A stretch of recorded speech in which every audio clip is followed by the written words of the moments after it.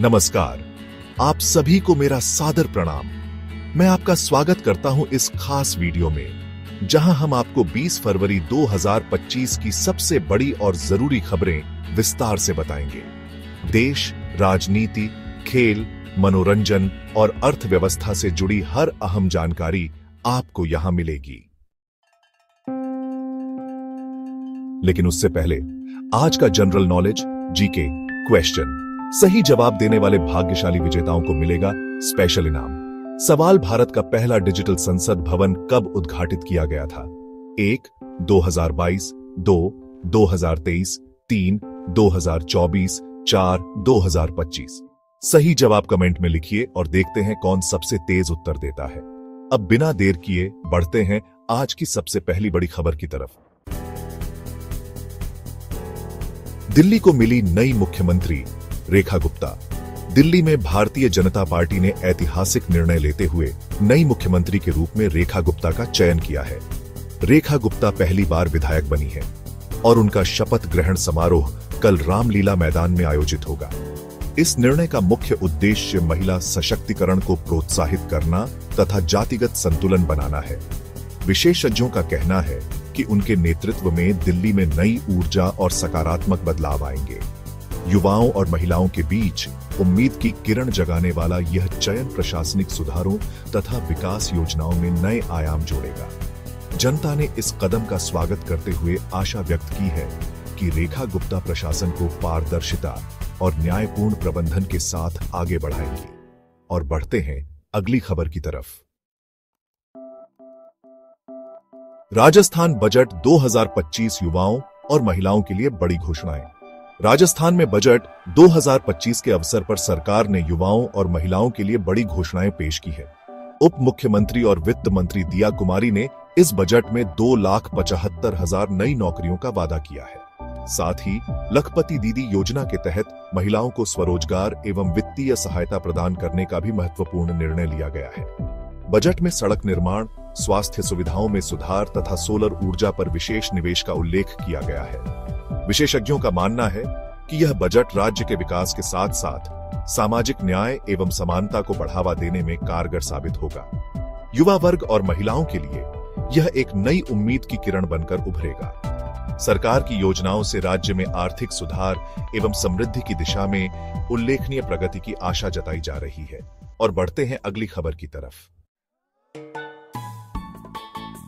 Champions trophy 2025, Pakistan की हार से शुरुआत। चैंपियंस ट्रॉफी 2025 के पहले मैच में एक चौंकाने वाला मुकाबला देखने को मिला।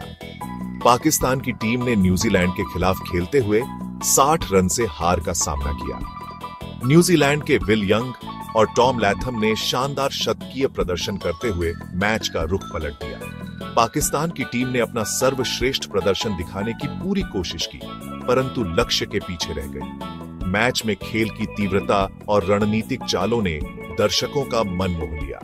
खेल विशेषज्ञों का कहना है कि इस हार से पाकिस्तान को अपने खेल में सुधार की आवश्यकता है। दोनों टीमों ने आने वाले मैचों में बेहतर प्रदर्शन करने का संकल्प लिया है। यह मुकाबला टूर्नामेंट की शुरुआत के रूप में यादगार रहेगा और आने वाले मैचों में उत्साह बढ़ाने का काम करेगा। और बढ़ते हैं अगली खबर की तरफ। दिल्ली में ईडी की छापेमारी, भाजपा पार्षद के पति के ठिकानों पर कार्रवाई। दिल्ली में प्रवर्तन निदेशालय ईडी ने महत्वपूर्ण छापेमारी करते हुए भाजपा पार्षद प्रीति गुप्ता के पति नीरज गुप्ता के 8 ठिकानों पर कार्रवाई की है। यह छापेमारी वित्तीय अनियमितताओं और भ्रष्टाचार की जांच के संदर्भ में की गई। अधिकारियों ने बताया कि जांच के दौरान कई दस्तावेजों और खातों की गहराई से जांच की गई। इस कदम से सरकार ने पारदर्शिता और जवाबदेही सुनिश्चित करने का संदेश दिया है। राजनीतिक विश्लेषकों का मानना है कि इस कार्रवाई से राजनीतिक विश्वसनीयता में सुधार होगा। विरोधी दलों ने भी इस कार्रवाई का स्वागत किया है और इसे न्याय की जीत के रूप में देखा है। प्रशासनिक प्रक्रियाओं में कड़ाई लाने की उम्मीद जताई जा रही है। और बढ़ते हैं अगली खबर की तरफ। अहमदाबाद प्रयागराज बरौनी एक्सप्रेस रद्द। अहमदाबाद से प्रयागराज जाने वाली बरौनी एक्सप्रेस को आज अचानक रद्द कर दिया गया है। रेलवे प्रबंधन ने यात्रियों को पूर्व सूचना न मिलने के कारण इस निर्णय के पीछे सुरक्षा और परिचालन संबंधी समस्याओं को बताया है। यात्रियों से अपील की गई है कि वे अपनी यात्रा से पूर्व ट्रेन की स्थिति की जानकारी अवश्य लें। इस कदम से यात्रियों में असंतोष के संकेत मिले हैं, परंतु रेलवे अधिकारियों का कहना है कि यह कदम यात्रियों की सुरक्षा सुनिश्चित करने के लिए आवश्यक था। स्थानीय प्रशासन ने भी सहयोग करते हुए रेलवे की स्थिति पर नजर रखने का आश्वासन दिया है। विभिन्न विशेषज्ञों ने इस निर्णय पर चर्चा करते हुए बताया कि भविष्य में बेहतर प्रबंधन से ऐसी समस्याओं का समाधान संभव है। और बढ़ते हैं अगली खबर की तरफ। दिल्ली हाई कोर्ट में भगदड़ मामले पर सुनवाई। नई दिल्ली रेलवे स्टेशन पर हाल ही में हुई भगदड़ की घटना को लेकर दिल्ली हाई कोर्ट में सुनवाई आयोजित की गई है। कोर्ट ने रेलवे अधिकारियों से मामले की विस्तृत रिपोर्ट प्रस्तुत करने का निर्देश दिया है। इस सुनवाई में पीड़ितों और संबंधित अधिकारियों के बयान सुनने के बाद मामले की जटिलताओं को ध्यान में रखते हुए उचित निर्णय लेने का संकल्प किया गया है। न्यायिक प्रक्रिया में पारदर्शिता और त्वरित कार्यवाही पर जोर दिया जा रहा है। कानूनी विशेषज्ञों का कहना है कि यह सुनवाई रेलवे सुरक्षा में सुधार और यात्रियों के विश्वास को पुनर्स्थापित करने के लिए महत्वपूर्ण है। कोर्ट ने सभी पक्षों से सहयोग की अपील करते हुए सुनिश्चित किया है कि न्यायपूर्ण निर्णय जल्द ही सामने आएंगे। और बढ़ते हैं अगली खबर की तरफ। जेपी नड्डा शामिल होंगे दिल्ली के शपथ ग्रहण समारोह में। दिल्ली के शपथ ग्रहण समारोह में भाजपा के राष्ट्रीय अध्यक्ष जेपी नड्डा की उपस्थिति की पुष्टि हो गई है। नड्डा अपने अनुभव और नेतृत्व के संकेत देते हुए इस कार्यक्रम में शामिल होंगे, जिससे नई सरकार को मजबूती मिलेगी। समारोह के दौरान विभिन्न मंत्रिमंडल के सदस्यों की शपथ ग्रहण की प्रक्रिया में उनके मार्गदर्शन की भी अपेक्षा जताई जा रही है। पार्टी के उच्च स्तरीय नेताओं ने इस आयोजन को एक नए आरंभ के रूप में प्रस्तुत किया है। जनता और राजनेताओं के बीच उम्मीद और विश्वास की लहर दौड़ गई है। यह कार्यक्रम राजनीतिक परिवर्तन की दिशा में एक महत्वपूर्ण कदम माना जा रहा है। प्रशासनिक सुधार और पारदर्शिता के प्रति पार्टी की प्रतिबद्धता भी उजागर हुई है। और बढ़ते हैं अगली खबर की तरफ। मुख्यमंत्री योगी आदित्यनाथ का बड़ा बयान।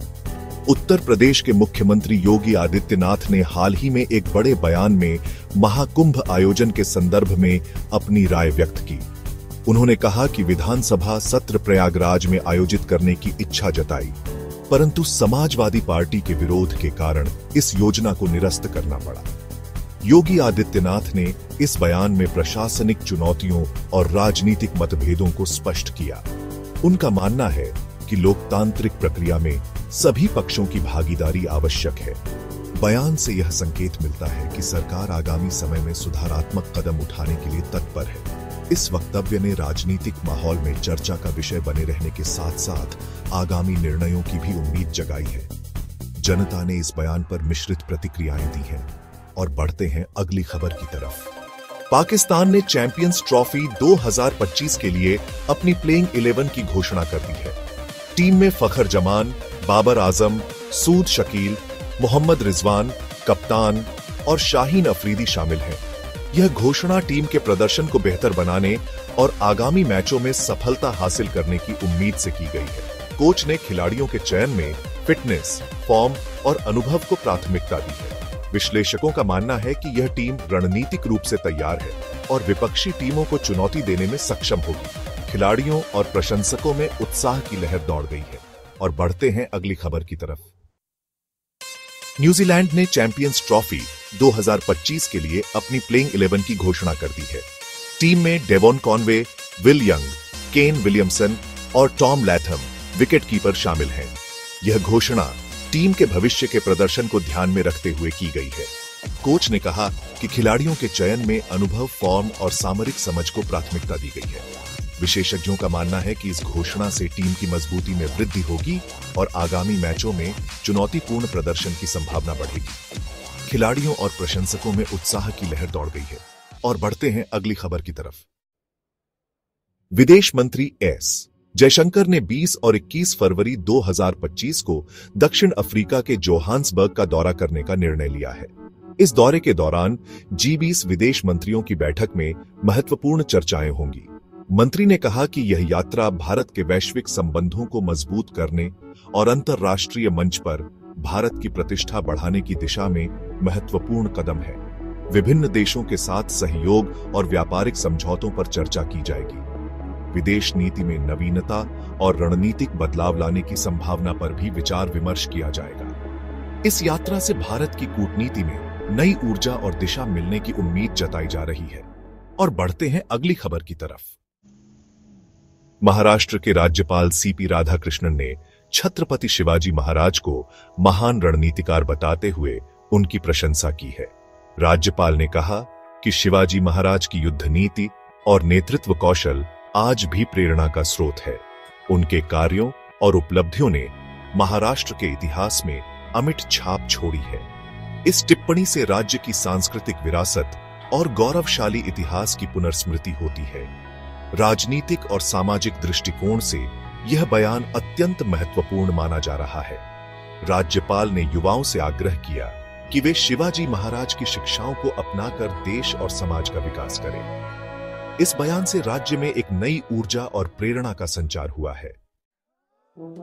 कैसी लगी आपको ये सारी खबरें? मुझे कमेंट्स में जरूर बताइए।